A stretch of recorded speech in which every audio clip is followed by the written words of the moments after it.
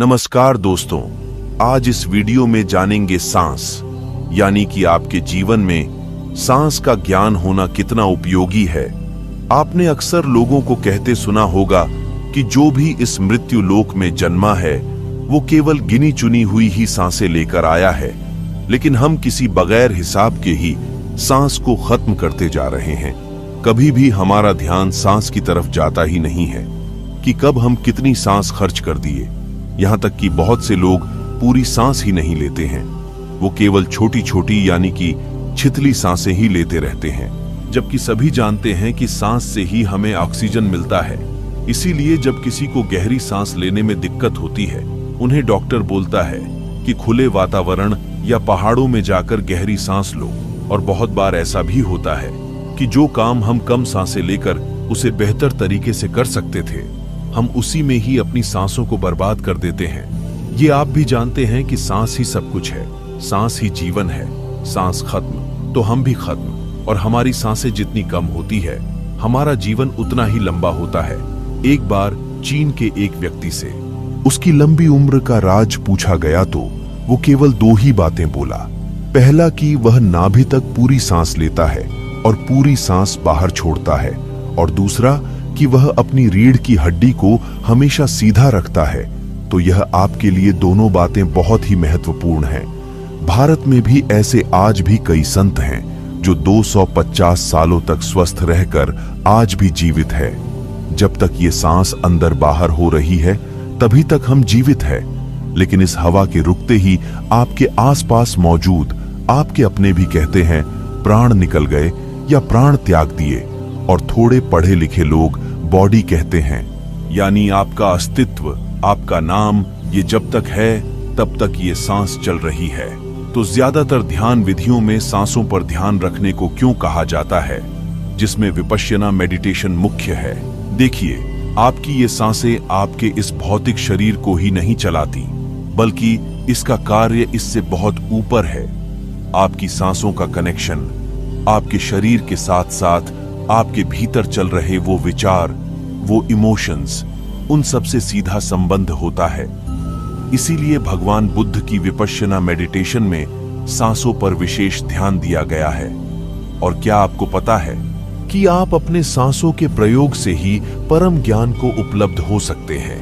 आपके इमोशंस, आपके विचार या आपके भीतरी तल पर घट रही कोई भी घटना जो सूक्ष्म तल पर है, उन सभी घटनाओं की जिम्मेदार आपकी सांस है। शायद आप नहीं जानते होंगे, अगर आप अपनी सांसों पर एक छोटा सा प्रयोग करते रहे, तब आप इस भौतिक जगत में चल रही घटनाओं के बारे में, पेड़ पौधे, पशु पक्षी, इस प्रकृति के बारे में, इतना ही नहीं, इस ब्रह्मांड के बहुत से रहस्य जानने लगते हैं। हाँ, केवल इस सांसों के प्रयोग से आप अपने आप को पूरा का पूरा बदल सकते हैं, एक नया इंसान बना सकते हैं। मतलब आपका होना जो भी है वो वैसा नहीं होगा, वो होगा जो असल में आपको होना चाहिए। देखिए, आप इसे ऐसे समझ सकते हैं, आपके हर एक इमोशंस और आपके भौतिक शरीर के बाहरी और भीतरी बदलाव जो भी कुछ होते हैं, वो आपकी सांसों की लयबद्धता की वजह से होते हैं। जब आपको बहुत ज्यादा गुस्सा आता है, तब आप देखेंगे आपकी सांसें बहुत ज्यादा तेज हो जाती है। अगर ठीक उसी समय आप केवल अपनी सांसों को कंट्रोल कर पाए, उसे थोड़ा धीमा कर सकें, तो आप देखेंगे आपका गुस्सा एकदम से खत्म हो जाएगा।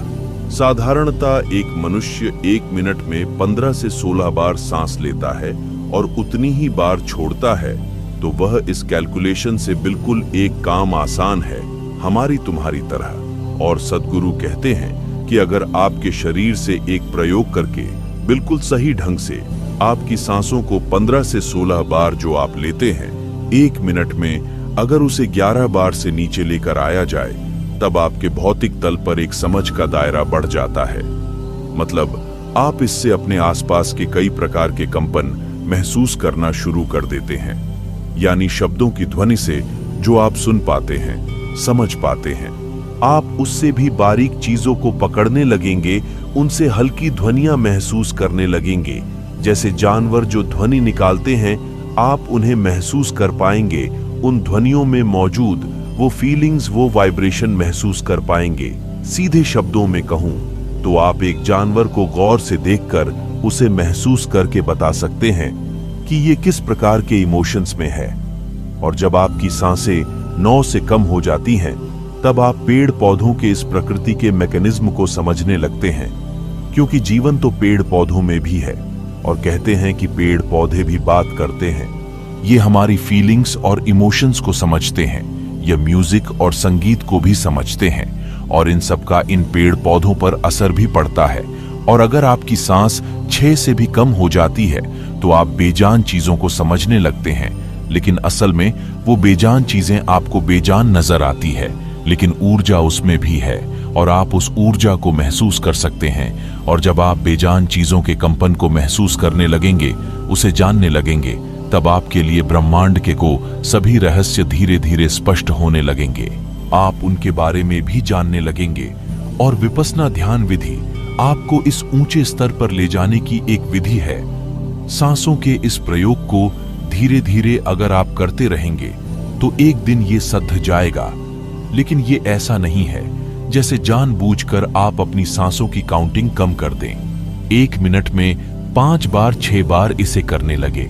ये तो फोर्सफुली होगा, इसे प्रकृति होना चाहिए। ऐसे तो बहुत से लोग हैं जो अपनी सांसों को 1 मिनट तक के लिए रोक सकते हैं और कुछ इससे ज्यादा भी, लेकिन इससे आपका बोध नहीं बढ़ेगा। आपने देखा होगा जब आप ध्यान करते हैं तब आपके सांसों की गति धीरे धीरे कम होने लगती है, क्योंकि अब आपके शरीर को इतनी ऊर्जा की जरूरत नहीं है, क्योंकि अब आपके शरीर को कुछ करना ही नहीं पड़ रहा है। वो तो शांत बैठा हुआ है, कोई एक्टिविटी नहीं, बिल्कुल शांत। और जब वो शांत बैठा है तो उसे ऊर्जा की आवश्यकता नहीं है। और इस शरीर को जितनी ऊर्जा चाहिए वह ऊर्जा आपकी सांसों के ईंधन से बनती है। लेकिन ध्यान की अवस्था में आपका शरीर बिल्कुल शांत है, तब धीरे धीरे आपकी सांसें कम होने लगती है, शांत होने लगती है। तो पहला कॉम्बिनेशन यहां बन जाता है, आपका शरीर शांत तो आपकी सांसें भी शांत हो जाएंगी। और जब आपकी सांसों की लयबद्धता कम होने लगती है तो आपके विचारों का कनेक्शन भी आपकी सांसों से है, वो भी कम होने लगते हैं। और जब आपके विचार शरीर सब शांत हो जाता है, ठहर जाता है, तब उस समय आपके आसपास जो बह रहा है वो सब आपके भीतर प्रवेश पाने लगता है, या यूं कहे आपको उसका बोध होने लगता है। क्योंकि ज्ञान कोई पाने जैसी चीज नहीं है, ये कोई बाहरी चीज नहीं है, ये आपके भीतर सो रहा है। बस आपको जागने की जरूरत है। जब आपका आपके शरीर का और आपके मन का एब्सेंट होता है, तब इस प्रकृति के और इस ब्रह्मांड के सभी रहस्य स्वतः ही अपने आप ही आपके भीतर प्रवेश कर जाते हैं। अगर कोई व्यक्ति इस तरह का पूरा समर्पण कर सके और अपने मैं को, शरीर को, विचारों को पूरी तरह से शांत कर सके, तो ये यूनिवर्स, ये प्रकृति आपके लिए गुरु का काम करती है। असल में इस पृथ्वी पर हुए सभी महान गुरु वो कहीं नहीं गए, वो कहीं नहीं मरे, कोई नहीं मरता, कोई कहीं नहीं जाता। इन सब के ऊर्जा, एनर्जी यही मौजूद है और ये सब आपकी सहायता करने के लिए हमेशा उतारू रहते हैं। ये आपसे बात करते हैं, बस आपको जरूरत है इसे भौतिक जगत की आवाजों को सुनना बंद करना, इनके दृश्य को देखना बंद करना। और जब ये सब एक दिन थम जाता है, तब आप उन सभी महान गुरुओं को अपने आसपास महसूस कर सकते हैं। वो आपको आपके सभी सवालों के जवाब आपको अपने भीतर से ही देते हैं। इसीलिए कुछ महान योगी हुए जिन्हें गुरु की आवश्यकता नहीं पड़ी। उन्होंने इस प्रकृति को, इस यूनिवर्स को, इस ईश्वर को ही अपना गुरु मान लिया और पूर्ण समर्पण किया। इसीलिए आप लोगों से कहता हूं कि विपस्सना ध्यान विधि बेस्ट ध्यान विधि है। इसमें आपको कुछ नहीं करना, ना कोई मंत्र जाप, ना ही किसी की पूजा पाठ, केवल अपनी जीवन ऊर्जा पर ही ध्यान, और बस। फिर देखना आपको कितने बदलाव महसूस होंगे। दोस्तों, आशा करता हूं आपको जानकारी अच्छी लगी होगी, तो एक लाइक, सब्सक्राइब जरूर कीजिए। मिलते हैं किसी और नई वीडियो के साथ, तब तक के लिए नमस्कार।